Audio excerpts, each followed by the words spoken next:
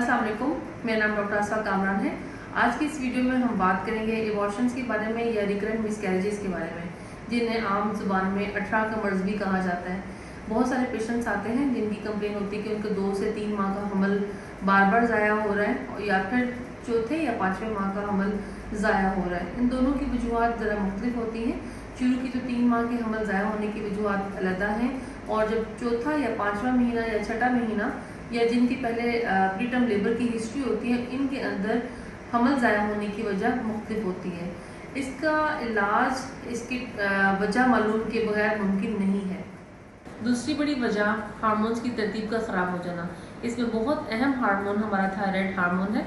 अगर इसका लेवल ज़्यादा हो जाए या नॉर्मल लेवल से कम हो जाए, हाइपोथायराइडिज्म, उसमें भी चांसेस एबॉर्शन के बढ़ जाते हैं। और इसके अलावा पॉलीसिस्टिक ओवेरियन डिजीज़, जिसमें सारे हार्मोन्स की तरतीब का सीक्वेंस सारा ख़राब हो चुका हुआ होता है, तो उसमें भी चांसेस होते हैं कि एबॉर्ट हो। पहले 3 माह में हमल ज़ाया होने की जो मोस्ट कॉमन रीज़न है, 70% रीज़न जेनेटिक डिसऑर्डर या फिर उसके अंदर अंडा या स्पर्म, इनके अंदर डीएनए ठीक नहीं होता, जो आपस में मिल नहीं पाता ठीक से, तो इस तरह की प्रेगनेंसीज एबॉर्ट हो जाती हैं। जेनेटिक डिसऑर्डर्स तभी होते हैं जब अंडे की क्वालिटी ज़्यादा अच्छी ना हो या स्पर्म अच्छी क्वालिटी के ना हो।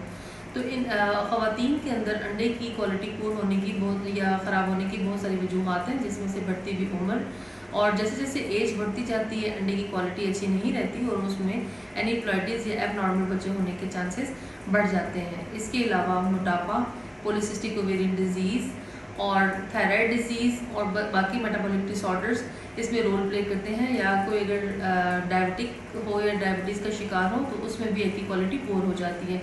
इसके अंदर फिर जेनेटिक डिसऑर्डर्स आने का ख़तरा ज़्यादा होता है। इसी तरह मर्द हज़रात में जो सिगरेट नोशी करते हैं या किसी किस्म के ड्रग्स का इस्तेमाल करते हैं, या फिर उनके स्पर्म्स की क्वालिटी अच्छी नहीं है, या उनके डीएनए फ्रेगमेंटेशन टेस्ट के अंदर डीएनए स्पर्म्स का अच्छा नहीं है, तो उसमें भी एबॉर्शन का रिस्क बढ़ जाता है। तीसरी और अहम वजह APLS का सिंड्रोम है, जिसके अंदर बेसिकली बेबी और मदर का जंक्शन प्रॉपरली नहीं बन पाता। इसके अंदर ब्लड क्लॉट कर जाता है, ये बेबी की ग्रोथ प्रॉपर नहीं होती और हार्ट बीट नहीं आती। इस मसले का जो हल है वो बेसिकली हम लॉकरिन देके या एंटीकोगुलेंट्स, जो खून पतला करने की दवाइयात हैं, वो देके हल कर सकते हैं। चौथी अहम वजह प्रोजेस्टेरोन लेवल का कम होना, जो एक बेसिकली एक नॉर्मल प्रेगनेंसी को चलाने के लिए बहुत ज़रूरी है। अगर उसका बॉडी में लेवल कम हो जाए तो उसकी वजह से भी एबॉर्शन हो जाता है।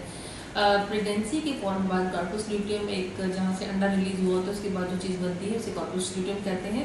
उसमें से प्रोजेस्टेरोन का हार्मोन निकलता है और वो बेसिकली हमल को सपोर्ट कर रहा होता है या उसको मदद कर रहा होता है ग्रो करने के लिए। अगर प्रोजेस्टेरोन को लेवल कम हो जाए तो उसकी वजह से भी एबॉर्शन हो जाता है। इस बार बार एबॉर्शन की हो जाने को बिल्कुल ट्रीट किया जा सकता है अगर आप इसकी रूट कॉज को आइडेंटिफाई कर लेते हैं, यानी इसकी वजह मालूम कर लेते हैं और वजह को ठीक कर लेते हैं, तो इसका इलाज बिल्कुल मुमकिन है।